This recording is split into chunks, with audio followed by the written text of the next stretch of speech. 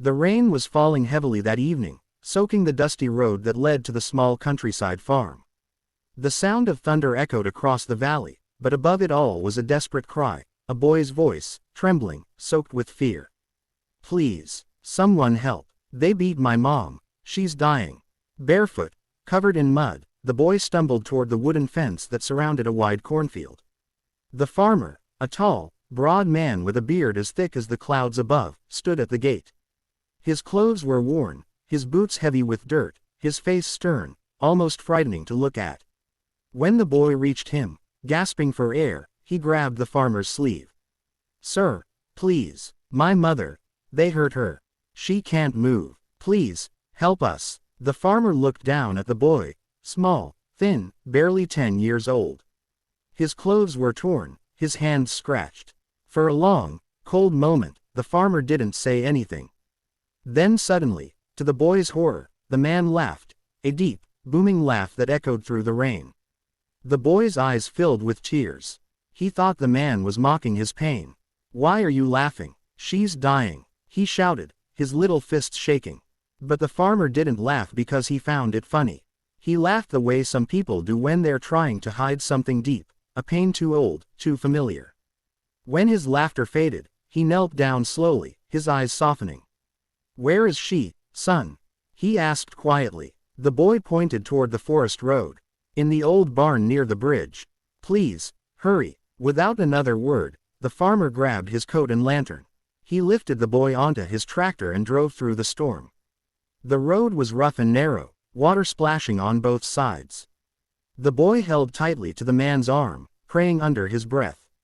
When they reached the broken barn, lightning illuminated the scene, a woman lying on the cold floor, bruised, her breathing shallow. Beside her were signs of struggle, footprints, broken bottles, and blood. The boy ran to her. "Mom, I brought help." The farmer's expression changed. He gently set his lantern down and knelt beside the woman. He pressed his fingers to her neck. The pulse was weak. "She's alive," he murmured. "We need to get her warm." He took off his coat and wrapped it around her trembling body. The boy watched, tears streaming down his face. "They were bad men," he whispered.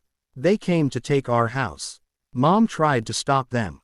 The farmer didn't answer. His jaw tightened. He lifted the woman in his arms, her head resting against his chest, and carried her through the storm, back toward his farm. The boy followed, holding the lantern with shaking hands. Inside the farmhouse, the warmth of the fire filled the room.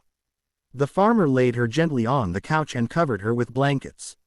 He brewed hot water and tore pieces of cloth to clean her wounds. His hands, though rough from years of labor, moved with surprising gentleness. "Will she die?" the boy asked quietly. The farmer looked at him for a moment, then shook his head. "Not tonight," he said softly. "But she needs rest, and a doctor." He reached for his old phone and called the town's doctor, a man he rarely spoke to. Within an hour, the doctor arrived, exhausted but ready. He treated her wounds, gave her an injection, and turned to the farmer. "She'll live," he said. "You did the right thing bringing her here." When the doctor left, the boy sat beside his mother, holding her hand. "Thank you, sir," he whispered. "I thought you were mean, when you laughed." The farmer smiled faintly, staring into the fire. "I laughed because I remembered something, from long ago.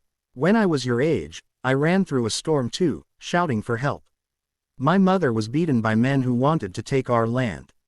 Nobody came." The boy looked up, surprised. The man's voice was deep, but filled with quiet sadness. "That night," the farmer continued, "she died in my arms. I couldn't save her. Since then, I've lived alone, working the land she left behind. Maybe tonight, I was given a chance to do what no one did for me." The boy's lips trembled. He stood up and hugged the farmer tightly. The big man froze for a moment, then gently placed a hand on the boy's head. The house was silent except for the crackling fire and the sound of rain fading outside. Days passed. The woman slowly recovered. Every morning, the farmer brought her tea, cooked simple meals, and made sure she was comfortable. The boy helped around the farm, feeding chickens, carrying buckets of water, and trying to smile again. Slowly, the cold house began to feel alive. One morning, When the sun rose after a week of rain, the woman finally stood up.